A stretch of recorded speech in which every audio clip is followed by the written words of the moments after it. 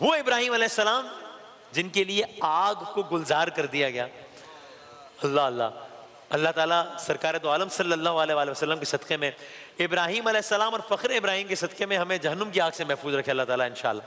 वो इब्राहिम जिनके लिए आग गुलजार हो गए, वो इब्राहिम अलैहिस्सलाम जिनके बारे में अल्लाह ताला ने कहा कि हमने उन्हें क़ल्ब सलीम अता किया।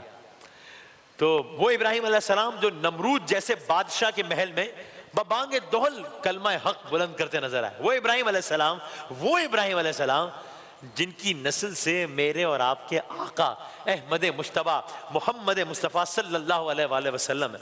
वो इब्राहिम अलैहिस्सलाम जिनकी नस्ल से सरकार दो आलम सल्लल्लाहु अलैहि वसल्लम है। वो इब्राहिम अलैहिस्सलाम जो अबुल अंबिया हैं। वो इब्राहिम अलैहिस्सलाम के जिनका किस्सा, जिनके बेटे हजरत इस्माइल अलैहिस्सलाम का वो किस्सा, वो सारा सब लोगों के जहन में है, सबने सुन रखा है।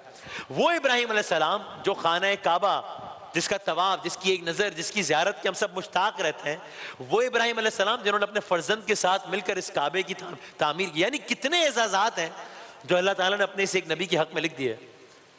सरकार दो आलम सल्लल्लाहु अलैहि वसल्लम को दुआए खलील कहा जाता है, दुआए खलील, इसलिए कि इब्राहिम अलैहिस्सलाम ने अल्लाह ताला से दुआ मांगी थी, जिसका तर्जुमा है कि ए रब, इन लोगों में से, खुद इन्हीं की कौम में से एक ऐसा रसूल उठाना जो उन्हें तेरी आयात सुनाए, उनको किताब की और हिकमत की तालीम दे और उनका तज़किया करे। सबका सुना हुआ है, रसूलन मिनहुम यतलू अलैहिम आयातिका व युअल्लिमुहुल किताब वल हिकमा, वो सारी मशहूर मारूफ आयत।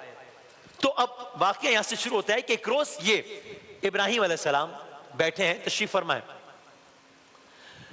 सामने से इब्राहिम अलैहिस्सलाम को 3 अफराद आते हुए नजर आ रहे हैं जो कि उनकी तरफ आ रहे हैं। इब्राहिम अलैहिस्सलाम देख रहे हैं उन 3 अफराद को और ये 3 अफराद इब्राहिम अलैहिस्सलाम की तरफ रफ्ता रफ्ता आ रहे हैं। यहां तक कि ये तीनों अफराद इब्राहिम अलैहिस्सलाम के करीब आए। जब बिल्कुल पास पहुंचे तो जिस तरह एक किसी भी खुश इखलाक आदमी को करना चाहिए, पता नहीं कितना किया जाता है या नहीं, कि कोई भी नया शख्स आया उसको ग्रीट किया जाता है, उसका हाल अहवाल पूछा जाता है। इब्राहिम अलैहिस्सलाम इंतहाई मेहमान नवाज थे, तो आपने उन तीनों का बड़ा अपने दौर पे पुरतपाक इस्तकबाल किया।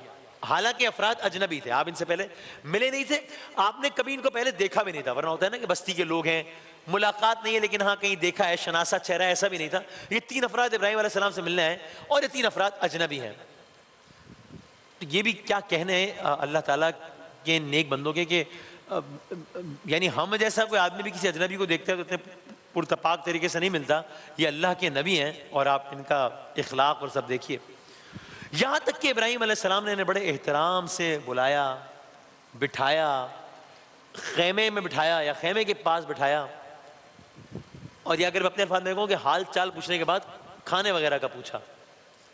सिर्फ पूछा नहीं रस्मन, जिस तरह कभी हम भी कर रहे थे, रस्मन एक बात कर ली, बल्कि इब्राहिम अलैहिस्सलाम गए, उनकी तवाज़ो के लिए बाकायदा खाना लेकर आए। अल्लाह का नबी खलीलुल्लाह इब्राहिम अलैहिस्सलाम अजनबियों के लिए अपने घर से खाना, बल्कि बाकायदा बताया गया तफसीर में, भुना हुआ बछड़ा लेकर आए, उनके लिए खाना लेकर आए और उनको पेश किया। मगर एक अजीब मामला हुआ। इब्राहिम अलैहिस्सलाम ने उन 3 लोगों को खाना पेश किया तो होता आमतौर पर यह कि जब खाना पेश किया जाए तो खाना तनावुल फरमाया जाता है। अगर तनावुल ना भी किया जाए तो कम से कम हम लोग भी ये करते हैं कि अगर किसी ने खाना दिया है, भूख नहीं भी है तो हम वैसे ही 2 लोग में खा लेते हैं कि अरे बंदे ने इतना किया है तो चलो। यहाँ अजीब मामला हुआ कि अल्लाह के नबी गए हैं, खाना लेकर आए हैं, पेश किया है, भुना हुआ बछड़ा लेकर आए हैं, किसी ने खाने की तरफ हाथ ही नहीं बढ़ाया, हाथ ही नहीं बढ़ाया खाने की तरफ। तो ये बड़ी हैरत अंगेज बात थी बज़ाहिर। शायद इस एतबार से भी कि कहा जाता तो जमाने में कि अगर किसी ने किसी को नुकसान पहुंचाना हो कभी तो वो उसका नमक नहीं खाता, तो कि भाई ये क्या मामला है, क्यों नहीं खा रहे, क्या हुआ क्या है। यहां तक कि इब्राहिम अलैहिस्सलाम ने उनसे पूछा ये क्या माजरा है, मैंने आपकी खिदमत में खाना पेश किया है, आप नहीं खा रहे। अब इन 3 अफराद ने हकीकत बताई, वो हकीकत सुनिए। ये तीनों अफराद जिनको इब्राहिम अलैहिस्सलाम ने खाना पेश किया था, बोले ए इब्राहिम, हम आम अफराद नहीं हैं, हम अल्लाह की जानिब से भेजे गए फरिश्ते हैं, हम अल्लाह की जानिब से भेजे गए फरिश्ते हैं और खुदा ने हमें किसी मकसद के तहत भेजा है, किसी वजह से भेजा है।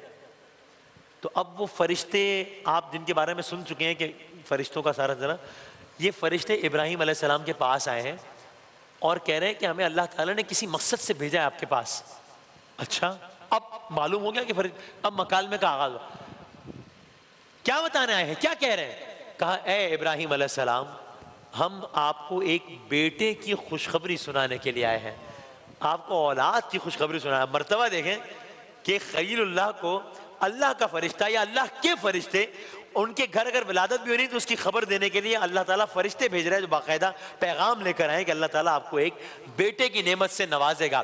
अब जब ये सारे का सारा मकालमा हो रहा है तो करीबी इब्राहिम अलैहिस्सलाम की ज़ौजा भी साथ खड़ी है, जनाब सारा भी साथ खड़ी है, जनाब सारा भी सब कुछ सुन रही हैं। अब जनाब सारा भी, चूंकि इब्राहिम अलैहिस्सलाम और जनाब सारा उम्र के खास हिस्से में थे, उम्र रसीदा थे, तो बज़ाहिर विलादत के भी कोई आसार नहीं थे, कोई इम्कान नहीं थे। तो उनके लिए, हजरत इब्राहिम अलैहिस्सलाम के लिए, जनाब सारा के लिए ये बात बज़ाहिर बड़ी हैरत अंगेज थी, तो या ये कह लीजिए कि खुशगवार हैरत का बाइस थी।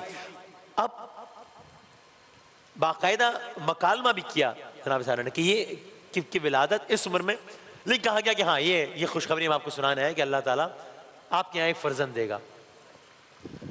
लेकिन ये इस वाक़े का सिर्फ एक हिस्सा है, ये वाक़या ख़त्म नहीं होता बल्कि बात आगे बढ़ती है।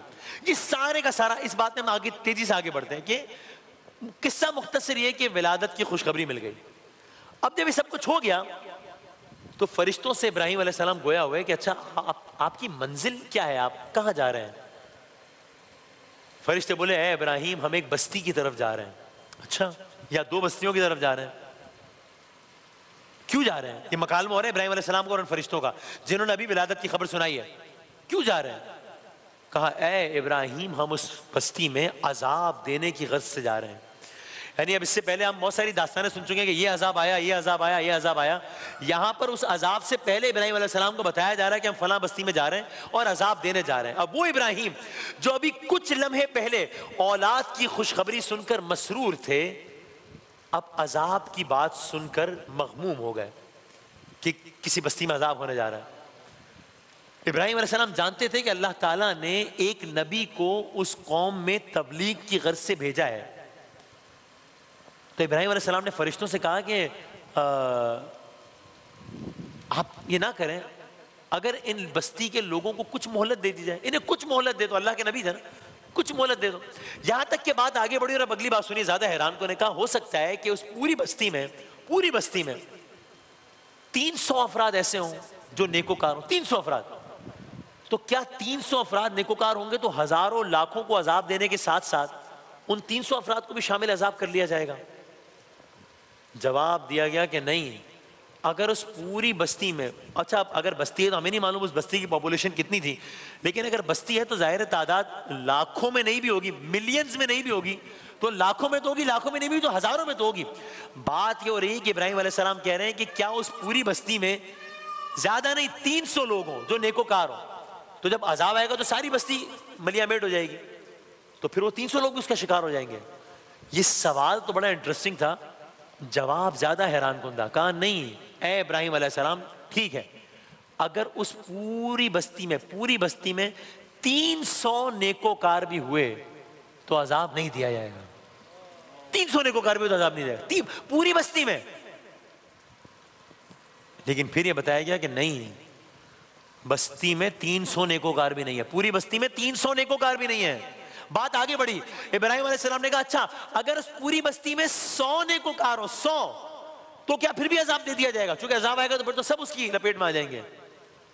जवाब मिला, अच्छा ठीक है, नहीं, पूरी बस्ती में अगर 100 नेकोकार भी हुए तो अजाब नहीं दिया जाएगा। लेकिन फिर बात आगे बढ़ी, कहा नहीं, पूरी बस्ती में 100 नेकोकार भी नहीं है। बात आगे बढ़ी, बात 100 से कम होकर 40 तक आ गई। क्या पूरी बस्ती में 40 नेकोकार हैं? 40 नेकोकार होंगे तो अजाब नहीं दिया जाएगा।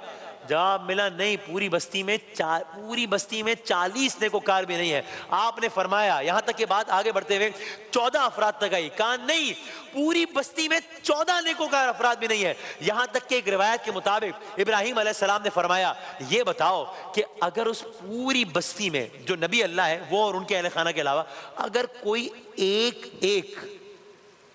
मोमिन मौजूद हो, एक मोमिन। फरिश्तों ने कहा, ए इब्राहिम, अगर वहां नबी और उनके अहले खाना के अलावा एक भी मोमिन हुआ तो अजाब नाजिल नहीं करेंगे। एक भी मोमिन हुआ तो अजाब नाजिल नहीं करेंगे। ये गुफ्तगू जारी थी यहाँ तक कि कुरान की आयत आई। अल्लाह ताला ने कहा, आयत का तर्जुमा है कि बेशक इब्राहिम बड़े हिल्म वाले, बड़े नरम दिल, बड़े रुजू करने वाले थे। ए इब्राहिम, अब इस बात को जाने दीजिए, बस अब जाने दें इस बात को। मकालमा यहाँ खत्म हो गया। कहा यह कि अगर पूरी बस्ती में एक भी नेकोकार हुआ तो अजाब नहीं आएगा।